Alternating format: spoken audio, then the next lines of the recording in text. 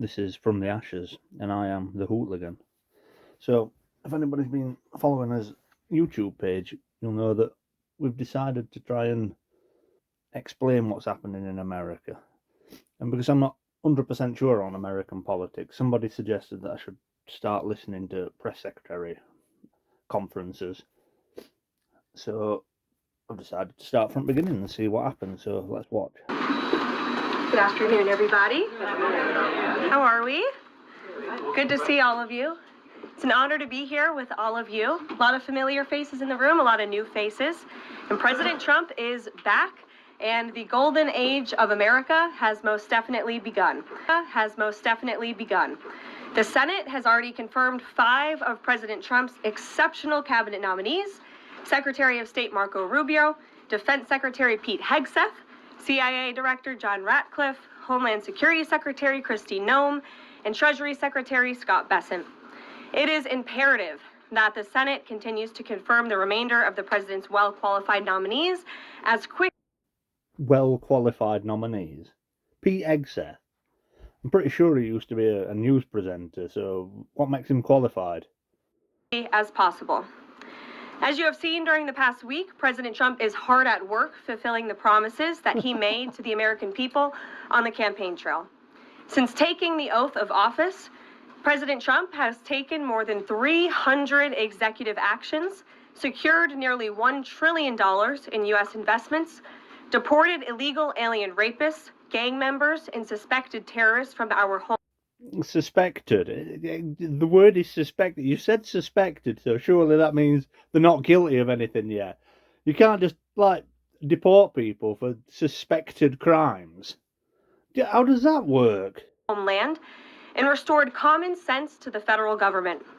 I want to take a moment to go through some of these extraordinary actions. On day 1, President Trump declared a national emergency at our southern border to end the 4-year-long invasion of illegal aliens under the previous administration. Additionally, President Trump signed an executive order to end catch and release and finish construction of his effective border wall. What? He finished it on day 1? Just what?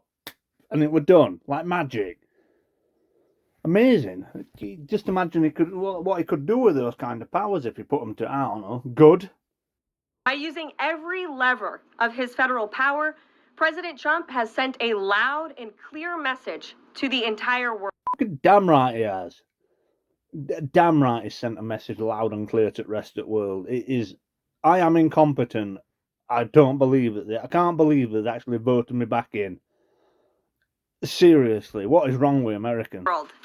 America will no longer tolerate illegal immigration.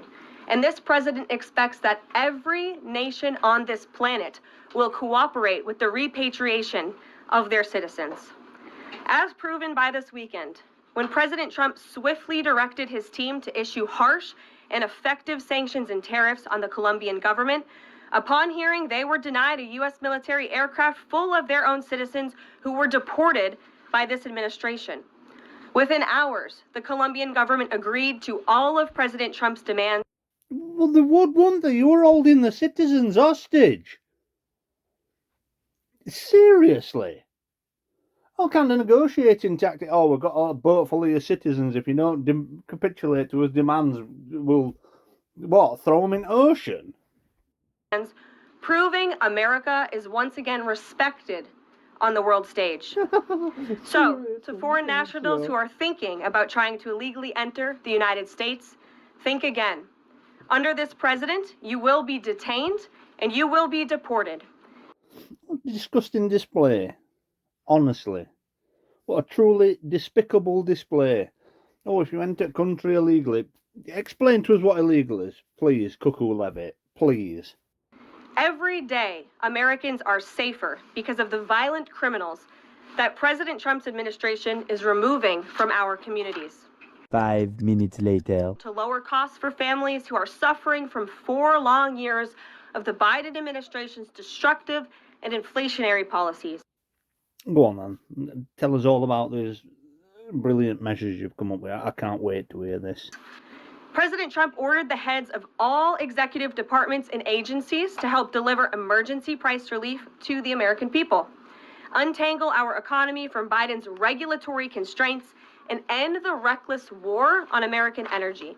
So what he's done is he's got in touch with all these people and told them to reduce the prices because he didn't like Biden's regulatory procedures, which is a procedure that regulates. President Trump also signed sweeping executive orders to end the weaponization of government and restore common sense to the federal bureaucracy. He directed all federal agencies to terminate illegal diversity, equity, and inclusion programs to help return America to a merit-based society. But it were already a merit-based society. Nobody's just walking in and saying, I want a job because I'm black. Or I want a job because I'm in a wheelchair. It doesn't work like that. DEIA is specifically designed to help people that require access at work. It's not to give just random people jobs. President Trump also signed an executive order declaring it is now the policy of the federal government that there are only two sexes, male and female. Sanity has been restored. Seriously, you actually think sanity's been restored? You've got world's biggest idiot in charge and you think sanity's been restored? Boom! Mind blown. Before I take your questions, I would like to point out to all of you once again have access to the most transparent and accessible president. Fucking too right, it's transparent. We see right through all this bullshit. Wow. In American history. There has never been a president who communicates with the American people and the American press corps as openly and authentically as the 45th and now 47th president of the United States. This past week, President Trump has held multiple news conferences, gaggled on Air Force One multiple times, and sat down for a two-part interview on Fox News, which aired last week. As Politico summed it up best, Trump is everywhere again. And that's because President Trump has a great story to tell about the legendary American revival that is well underway.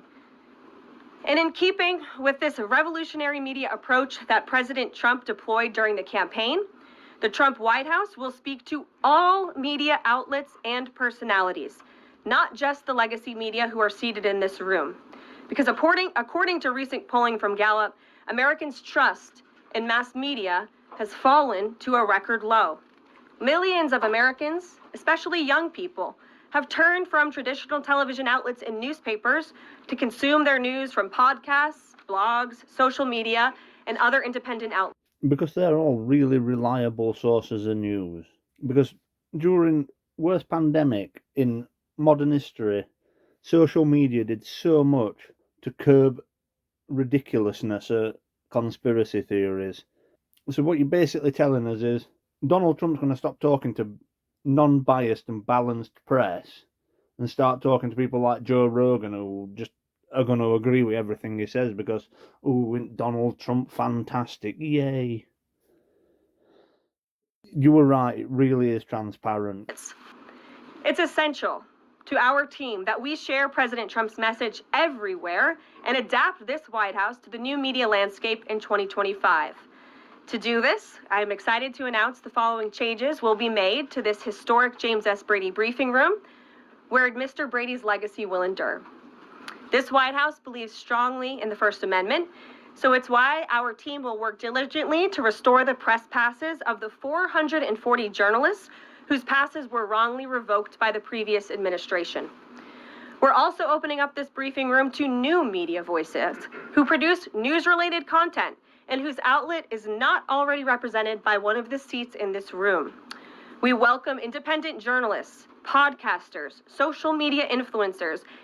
We want sycophants. Bring me your sycophants. Bring me your Trump-supporting, MAGA-loving sycophants. Thank you. And content creators to apply for credentials to cover this White House. And you can apply now on our new website, whitehouse.gov/new media. Starting today, this seat in the front of the room, which is usually occupied by the press secretary's staff, will be called the new media seat. My team will review the applications and give credentials to new media applicants who meet our criteria and pass United States Secret Service requirements to enter the White House complex. So in light of these announcements, our first questions for today's briefing will go to these new media members whose outlets, despite being some of the most viewed news websites in the country, have not been given seats in this room. And before I turn to questions, I do have news directly from the President of the United States that was just shared with me in the Oval Office. From President Trump directly, an update on the New Jersey drones. 5 minutes later. A statement from the President of the United States to start this briefing with some news. And with that, I will turn it over to questions. And we will begin with our new media members, Mike Allen from Axios, Matt Boyle from Breitbart. Mike, why don't you go ahead? Did she say Breitbart? Like Breitbart, the conspiracy site? Like Breitbart, the well-known conspiracy site? I can't listen to any more of this. She's mental. She's my new favourite comedian. So, thank you for watching.